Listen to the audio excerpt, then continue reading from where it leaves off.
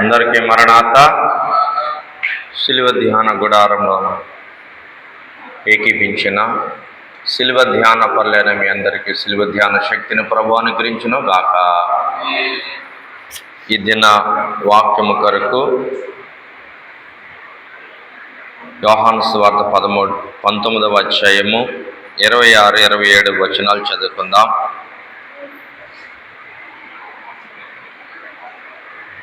యేసు తన తల్లియు తాను ప్రేమించిన శిష్యుడను దగ్గర నిలుచుండుట చూసి, అమ్మా, ఇదిగో నీ కుమారుడు అని తన తల్లితో చెప్పాను.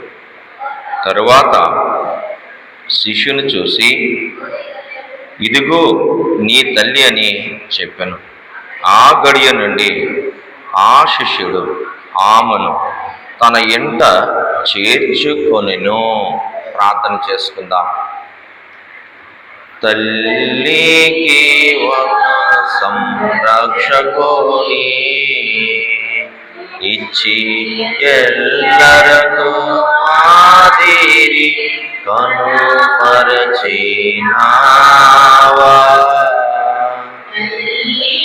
ఈ సృష్టికర్తవై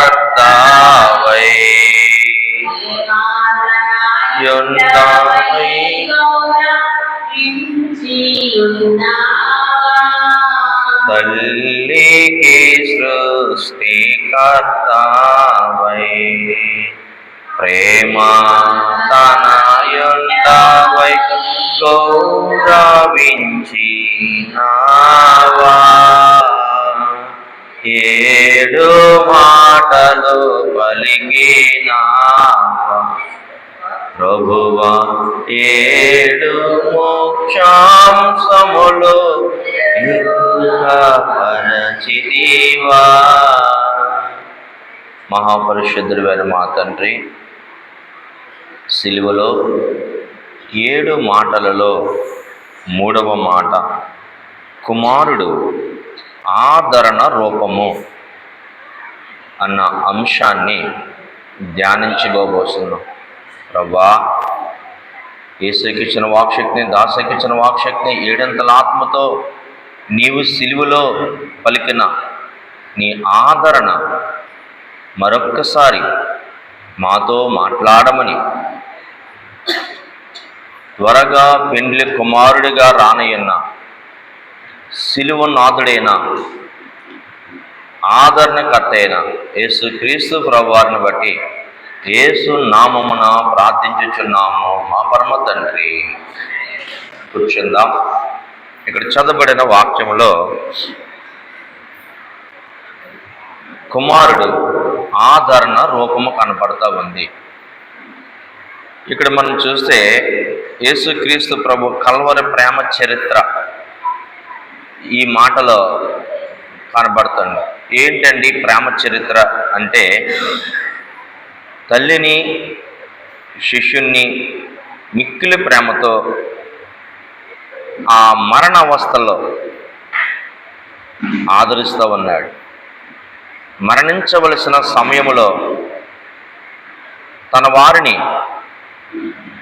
ఆదరిస్తూ ఉన్నాడు. క్రీస్తు ప్రేమ మరణము కంటే బలమైనది. సిలువపై కల్వరి ప్రేమ కథను ప్రభు ఈ 3వ మాటలో తెలియజేస్తున్నాడు. ఏంటి అంటే, యోహాను ప్రేమించిన శిష్యుడు. ఆయన తాను స్వపక్షంతో సంపాదించుకున్న శిష్యులను, సంఘాన్ని, ప్రేమను అక్కడ తెలియజేస్తూ ఒక సంఘ కాపరికి ఎటువంటి ప్రేమ ఉండాలో అక్కడ యోహాను గారిని చూపిస్తూ ఉన్నాడు. అలాగే తల్లి యొక్క ప్రేమ తన స్వరక్తముతో సంపాదించుకుని, ఎలాగ ప్రసవవేదనతో తల్లి తన బిడ్డకు జన్మనిస్తుందో అలాగే రక్తపు మడుగులో గాయాలలో పక్కలో బలిపపోటును పొడిపించుకుని ఆ రక్తధారలో సంపాదించిన తన సంఘాన్ని ప్రభు ప్రేమిస్తున్నాడు గనుక సంఘము తల్లి యొక్క ప్రేమను చూపిస్తున్నాడు. ఈరోజు కాపరి యోహానుకి సాదృశ్యం ఉంటే సంఘం తల్లికి సాదృశ్యముగా ఉంది గనుక ఇక్కడ ప్రత్యేకమైన ఆదరణ శిష్యుడైన యోహాను మీదను తల్లి అయిన మరియ మీదను ఆయన ప్రేమను చూపిస్తున్నాడు. అందుకే దైవజనుడు చక్కటి పాటను మనకు పాడి వినిపించారు. తల్లికి ఒక రక్షణ కర్తను ఇచ్చి ఎల్లరకు మాదిరి. ఇదే పద్ధతి మీరు మీ కుటుంబాల్లో ఉండాలి, మీ సంఘములో ఉండాలి అని ప్రభు ఆ సిలువలో పలుకుచున్నాడు. ఇదే పద్ధతి అందరూ కూడా ఉండాలి. సంఘము అనగా తల్లి, తల్లి అనగా సంఘము. అదే కల్వరి ప్రేమ.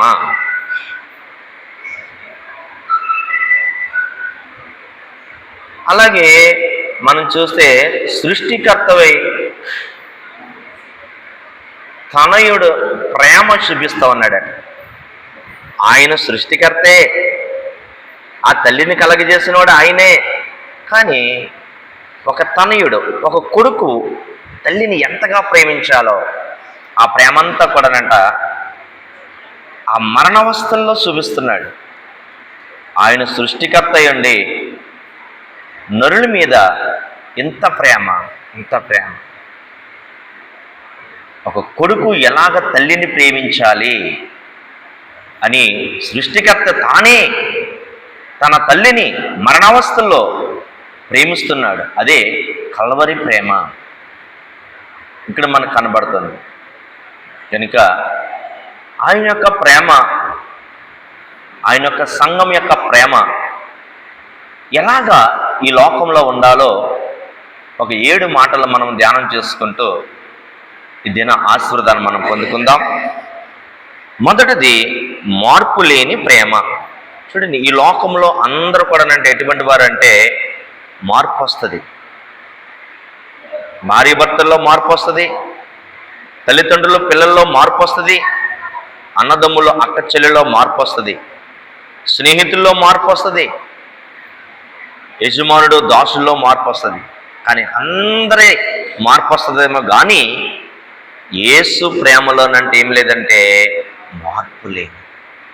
ప్రేమ యేసుని ప్రేమ ఇది ఎవ్వరు గొలవలేనిది, నిజము దీనిని నమ్ము, ఇది భువి అందించలేనిది. ఎన్నడు మారనది నా యేసుని దివ్య ప్రేమ.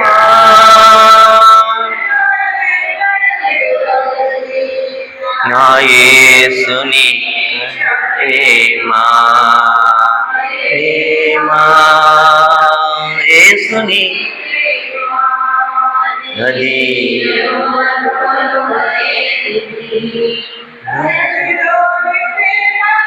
నీయు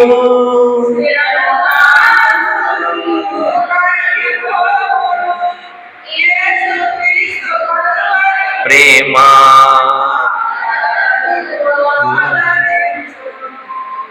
యేసుక్రీస్తు కల్వరి ప్రేమ కడవరకు ఆదరించును.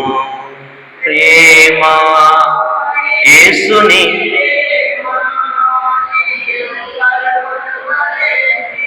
చూడు, అక్కడ ప్రతి ఒక్క రిలేషన్ పాట ఆ పాటలో రాయబడి ఉంటుంది. భార్య భర్తల ప్రేమ అంట వికసించే పరిమళ పుష్పం వల్లే ఉంటుంది, ప్రేమ పుష్పం వల్ల ఉంటుంది అంట. కానీ చివరికి ఏమైపోద్దట, వాడిపోతుంది, రాలిపోతుంది. చివరికంట మోడులా కనపడుతుంది చివరి స్టేజ్లో. ఇది భార్య భర్తల యొక్క ప్రేమ. కానీ యేసు ప్రేమ అటువంటిది. అలాగే తల్లిదండ్రులు పిల్లలు కలలాగా నీడవలే గతించిపోతాయి. వాళ్ళని పెంచి పోషించి పెద్ద చేసి అంతవరకే, అంతకు మించి వాళ్ళ మీద ప్రేమ కూడా కష్టమే. మన బాధ్యత అంతే. కానీ అన్ని ప్రేమలకు మించిన ప్రేమ ఎవరిలో ఉందంటే యేసులో. ఆ ప్రేమ కనుక మనం పొందామా, చూడండి అన్ని ప్రేమలు వస్తాయి. ఫస్ట్ ప్రేమ ఎవరి మీద ఉండాలి? అందుకే యోహాను సువార్త 13వ అధ్యాయం 1వ వచనంలో తన వారిని అంతం వరకు ప్రేమించెను. యేసయ్య అంట తన వారిని అంట ఎక్కడి వరకు ప్రేమిస్తున్నాడంటే అంతము వరకు ప్రేమించెను. అలాగే రెండవ ప్రేమ పవిత్రమైన ప్రేమ. యోహాను సువార్త 15వ అధ్యాయము 9వ వచనంలో చూస్తే తండ్రి నన్ను ఎలాగ ప్రేమించెనో నేనును మిమ్మను అలాగ ప్రేమించి తిని నా ప్రేమ యందు నిలిచి ఉండుడి. నా ప్రేమ యందు నిలిచి. ఎవరి ప్రేమ యందు నిలిచి ఉండాలట? యేసయ్య ప్రేమలో నిలిచి ఉండాలి. మూడవది త్యాగమైన ప్రేమ. యోహాను సువార్త 15వ అధ్యాయం 13 తన స్నేహితుల కొరకు తన ప్రాణము పెట్టువాని కంటే ఎక్కువ ప్రేమ గలవాడెవడు? ఒక స్నేహితునికి ప్రాణం పెట్టేవాడి కంటే ఎక్కువ ప్రేమ గలవాడు ఎవడనో లేడు. అలాగే నాలుగవది వేరుపరచని ప్రేమ. రోమా 8వ అధ్యాయము 35 నుంచి 37 వరకు చూసుకుంటే క్రీస్తు ప్రేమ నుండి మనలను ఎడబాపు వాడెవడు? శ్రమైనను, బాధైనను, హింసైనను, కొరువైనను, వస్త్రహీనతైనను, ఉపద్రవమైనను, అలాగే ఖడ్గమైనను ఆ ప్రేమ నుండి ఎవరు కూడానంట వేరు చెయ్యలేరు. అంత గొప్పది ప్రేమ. ఎవరి ప్రేమ? యేసు ప్రేమ. అందుకే తను ప్రేమించిన శిష్యులు కల్వరిగిరిలో యోహాను ఎంత చక్కగా ఉన్నాడు. ఆ యోహాన్ అంట నూనెలో ఏపేస్తే హాయిగా స్విమ్మింగ్ చేసినట్టు ఉన్నాడంట. ఆయన ఏ ప్రేమ చూశాడు? యేసయ్య ప్రేమలో ఉన్నాడు. కనుక శ్రమ ఏమి చేయలేకపోయింది, హింస ఏమీ చేయలేకపోయింది. ఎవరిని? యోహానును. మరిగే నూనెలు వేసేస్తుంది లోకం. ఏం చేయలేకపోయింది. చూడండి ఈరోజు యోహాను యేసయ్య ప్రేమను తెలుసుకున్నాడు. హృదయంలో ఉన్న ప్రేమను తెలుసుకున్నాడు. ఈరోజు 40 దినముల ఉపవాసంలోకి వచ్చి ఆ సిలువ దగ్గర మనం 40 రోజులు ధ్యానం చేస్తున్నాం. మనం ఏ ప్రేమలో ఉండాలి? ఏ ప్రేమను మనం ధ్యానించాలి? ఈరోజు శ్రమ నిన్ను బాధపెడుతుందా? హింస నిన్ను హింసిస్తుందా? ఈరోజు ఆయన ప్రేమలో అంటేనంట ఏమీ కాదు. పెళ్లి కుమార్తె సంఘానికంట నోట్లో మంచినీళ్ళు వేసుకుని పుక్కులించినట్టు అంట లక్షల కొలది శ్రమలో ఉఫ్ఫను ఊదేస్తారట. అంత గొప్ప ఆ ప్రేమను మనం ఈ సిలువ ధ్యానాల్లో మన కొరకు ఈ 3వ మాటలో తెలియజేస్తున్నాడు ప్రభు. కల్వరి ప్రేమ. ఈ ప్రేమ గనక మనం సంపాదించగలిగామా, చూడండి ఈ లోకంలో ఏ శ్రమ అయినా, ఏ ఖడ్గమైనా, ఏ హింస అయినా, ఏదైనా సరే నిన్నుండి ఏరుపరచదు. యోబు గారికి ఎన్ని శ్రమ వచ్చినా దేవుని నుండి ఎడబాటు కలిగిందా? భక్తి పోలేదు, రక్తి పోలేదు. ఆయన ఇచ్చుకున్న ఆ అనుభవము, ఆ మహిమ అన్నీ ఇచ్చిన తండ్రి అన్నీ తీసుకుని పోయా అన్నాడు. అంతే, అన్నీ మరలా వచ్చేసింది. ఎంత గొప్ప ప్రేమ. ఈరోజు మనము ఎటువంటి ప్రేమతో ఉన్నాము? ఈరోజు ఆ ప్రేమను చూపించడానికంట ఏమొస్తాయంటే ఇక్కడ మనకు కలుగుతుంది శ్రమ వస్తుంది. ఆ ప్రేమ నుండి మనల్ని విడగొట్టడానికి యోబు గారికి ఎంత శ్రమ వచ్చినా ఏం చేయలేకపోయింది. ఎంత హింస వచ్చినా ఏం చేయలేకపోయింది. ఎంత బాధ వచ్చినా, ఇంచుమించు శిరస్సు నుండి అరికాల వరకు కురుపులతో పులుగులు రాలిపోతుంటే 7 రోజులు నోట్లోంచి మాట రాకుండా అంత బాధపడ్డాడు. చూడ్డానికి వచ్చిన తన స్నేహితులు 3 అలా కూర్చొని అలాగా ఉండిపోయారు. 3వ అధ్యాయం చదువుకుంటే చరిత్ర తెలుస్తుంది. పలకరించడానికి వచ్చిన వారికి మాట రాకుండా ఉంది 7 days పైనే. అయినా సరే ఆ బాధను అలా భరిస్తూ ఉన్నాడు. చూడండి ఎంతగా ప్రేమించాడు దేవుణ్ణి. ఈ లోకంలో శ్రమ, బాధ, హింస యేసయ్య ప్రేమను దూరం చేయడానికి వస్తాయి. కానీ ఆ సమయంలో నువ్వు ప్రేమించగలుగుతున్నావా? నువ్వు ఎడబాటు అయిపోతున్నావా? ఈరోజు ఈ 40 దినములు కూడా ఆ కల్వరిగిరిలో ఒక ప్రేమను మనకు తెలియజేయడానికి చూడండి ఈ మాట మనకు కనపడుతుంది, కల్వరి ప్రేమ. అలాగే మనం చూస్తే 5వది ప్రేరేపించిన ప్రేమ. 2 కొరింథీ 5వ అధ్యాయం 14వ వచనంలో ఏముంది? క్రీస్తు ప్రేమ మమ్మును బలవంతము చేయుచున్నది, ఎలయనగా అందరి కొరకు ఒకడు మృతి పొందెను గనుక అందరూ మృతి పొందారు. ఈరోజు ఆయనంట మన కొరకు మృతి చెందాడు. చూడు, ఈరోజు శిష్యులైన వారు, అపోస్తులు పలుకుచున్న మాట, ఆయన ప్రేమ మమ్మల్ని ప్రేరేపించింది. అందుకే వారు హతసాక్షులై ప్రపంచాన్ని తలకిందులు చేసి పడేశారు. ఈరోజు భారతదేశం ఇంత స్వార్థ, ఇంత దేవాలయం, ఇంత వాక్యం ఇలాగ చెప్పగలుగుతున్నామంటే తోమ భారతదేశం కొరకు ఆయన చనిపోయాడు. క్రీస్తు యేసులో హతసాక్షి అయిపోయాడు. ఆయన ఏం చేయలేక వెనకబారున బల్లాలతో పొడి చేశారు. ఆయన చేస్తున్న గొప్ప గొప్ప కార్యాలు. ఈరోజు ప్రేరేపించిన ప్రేమ. ఈరోజు క్రీస్తు కొరకు నువ్వేం చేస్తున్నావు? ఆయన నీ కోసం ఎన్నో చేశాడు, ఇంత గొప్ప రక్షణ ఇచ్చాడు, ఇంత గొప్ప ఆశీర్వదించాడు. ఈరోజు పరలోకం మార్గాలు తెరిచేశాడు. ఆయన దేవాలయంలోకి రావడానికి ఇంత గొప్ప కృప ఇచ్చాడు. ఈరోజు మన ప్రేరేపణ ఎలాగుంది?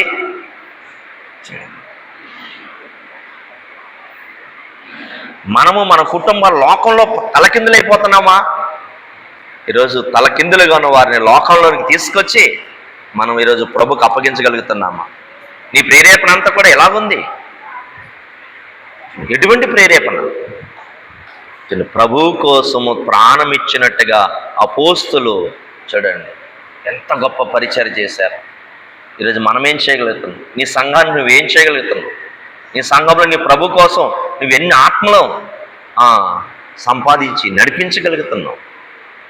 ఈరోజు ఎటువంటి ప్రేరేపణ కలిగి ఉన్నావు? ఏం చేద్దామనుకుంటున్నావు అసలు? ఈరోజు కల్వరి ప్రేమలో ఈరోజు ఎంత చక్కగా దేవుడు ఆయన ఎలాగా ప్రేమించున్నాడు. ఈరోజు ఎటువంటి ప్రేమ? ప్రేరేపించే ప్రేమ. ప్రభు కొరకు చనిపోయి ఈ లోకాన్ని తలకిందులు చేసి ఈ లోకానికి గొప్ప రక్షణ ఇచ్చి ఈరోజు గొప్ప పరిచర్య చేశారు. అదే శిష్యుల యొక్క ప్రేరేపించబడిన ప్రేమ, అపోస్తుల యొక్క ప్రేరేపించబడిన ప్రేమ. ఈరోజు మన ప్రేరేపణ ఎలాగుంది? అనేకులను యేసు క్రీస్తు ప్రభు నామములో నడిపించేటట్లుందా? అనేకులకు రక్షణ వార్తను ప్రకటించేటట్లుందా? అనేకులను మనం అందరం కూడా ప్రేరేపించి ప్రభునామములో నడిపించగలుగుతున్నాము.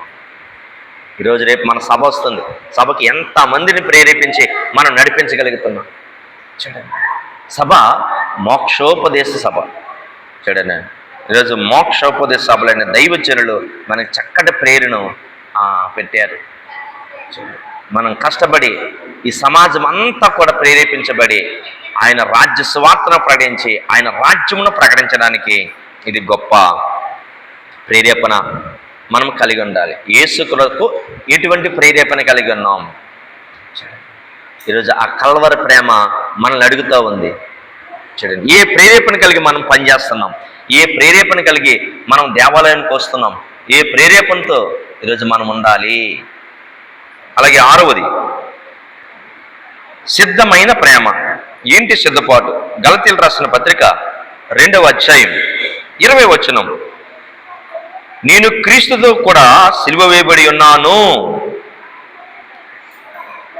నా కొరకు తన్ను అప్పగించుకొనిన దేవుని కుమారుని అందలి విశ్వాసం వలన జీవించుచున్నాను. అంటే ఆయన కొరకు మనము ఎలాగ సిద్ధపడాలంటే, మన కొరకు ఆయన చనిపోయారు. ఇప్పుడంట దేవుని కుమారుడైన యేసు క్రీస్తు ప్రభు యందు విశ్వసించి మనము జీవించాలి. మన జీవితం అంత కూడా అంట ఎటువంటి జీవితమై ఉండాలి? దేవుని కుమారుని యొక్క విశ్వసించి ఆయన కొరకు మనము జీవించాలి. ఈరోజు మనకు ప్రాణదానం చేసినవాడు, మనకెంత గొప్ప రక్షణ ఇచ్చినవాడు, ఈరోజు ఎవరి కోసం జీవిస్తున్నాం? మన కోసమేనా? మన కుటుంబీకుల కోసమా? ఎవరి కోసం జీవిస్తున్నాం? ఈరోజు ఈ ప్రేమ ఏం తెలియజేస్తుందంటే, ఇదిగో దేవుని కుమారుని అందలి విశ్వాసం వల్ల నేను ఇంకా జీవించబోతున్నాను, నా జీవితం అంతా ఆయన కొరకే. అలాగే చివరిగా 7వది ఆత్మీయ ప్రేమ. 1 యోహాను 3:6-7 వచనాలు చదువుకుంటే, వారు నీ ప్రేమను గురించి సంఘము ఎదుట సాక్ష్యమిచ్చిరి, వారు అన్యజనులను ఏమీ తీసుకొనక ఆయన నామము నిమిత్తము బయలుదేరేరు గనుక దేవునికి తగినట్లుగా నీవు వారిని సాగనంపబడల నీకు యుక్తిగా ఉండెను. ఈరోజు మనము సంఘములో ఎటువంటి సాక్ష్యము కలిగి ఉండాలి? ఈరోజు అన్ని జనుల మధ్య మనం మనము జీవించాలి? ఈరోజు ఇది నీకు యుక్తికరమైనది. అందుకే దేవదాసాయి గారు భారతదేశంలో ఎంత గొప్ప సువార్త చేయడానికి ఏ మతాన్ని కానీ ఏ వ్యక్తిని కానీ దూషించకూడదు, ద్వేషించకూడదు, తెలియనన్ని ఎవరినడిగి తెలుసుకోవాలి? దేవుణ్ణి అడిగి తెలియదు.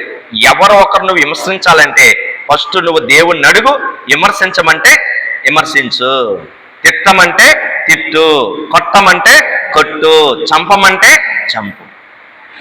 దేవుడే అందరి కోసం చచ్చిపోతే చంపమంటాడా? కొట్టమంటాడా? ఆయనే క్యాండర్ కించి ఉమ్మేయించుకున్నాడు. కక్షతో స్వార్థ చేయకు, ఎవరిని బాధించకు. చూడు, నీ చేతనైతే కల్వరి ప్రేమను కలిగి ఒప్పించు, మెప్పించు, మేఘము ఎక్కించు. ఈ సువార్త ఎవ్వరికి అర్థం కాదు. అందుకే సిలువని ఎవ్వరు టచ్ చేయరు, సిలువ జోలికి ఎవరు రారు. వాళ్ళకి ఇష్టమైన ఉపవాసాలు చేసుకుంటూ వెళ్ళిపోతుంటారు. ఇందులో ఈ ప్రేమ ఎంత గొప్ప ప్రేమ! తన వారిని ఎంతగా ప్రేమించి ఈరోజు ప్రేమను పలికాడు. ఈరోజు యోహాను ప్రేమించి సంఘాన్ని అప్పగించాడు, అనగా తల్లిని అప్పగించాడు. ఈరోజు యేసుక్రీస్తు ప్రభు వారు కూడా మనందరినీ ప్రేమించి ఈరోజు తన కొరకు సిద్ధపడుతున్న పెండ్లి కుమార్తె కొరకు ఈరోజు ఇంత ప్రేమను కనపరిచారు. కనుక యోహాను గారికి తల్లి గారికి ఇచ్చిన ఆ దివ్యమైన ప్రేమను నేడు మనము కూడా అందుకొని ఆయన కొరకు ఆయనకి తగినట్లుగా సిద్ధపడి ఆయన స్వరూపము ధరించుకొని ఆయన స్వభావము ధరించుకొని మేఘమెక్కే ధన్యత ప్రభు మనెల్లరికీ అనుగ్రహించును గాక.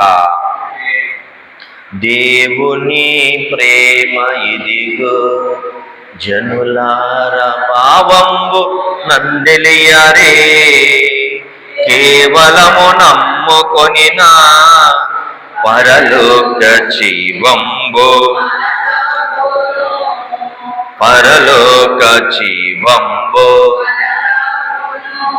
మానవులు రక్షింపను, దేవుండు తన కుమారుని పంపెను, మన శరీరము దాచెను, ఆ ప్రభు మన పాపముకు దూరుడే.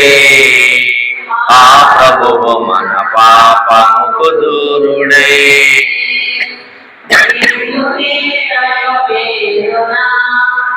రక్షకుడు వెలసనాడిల లోపల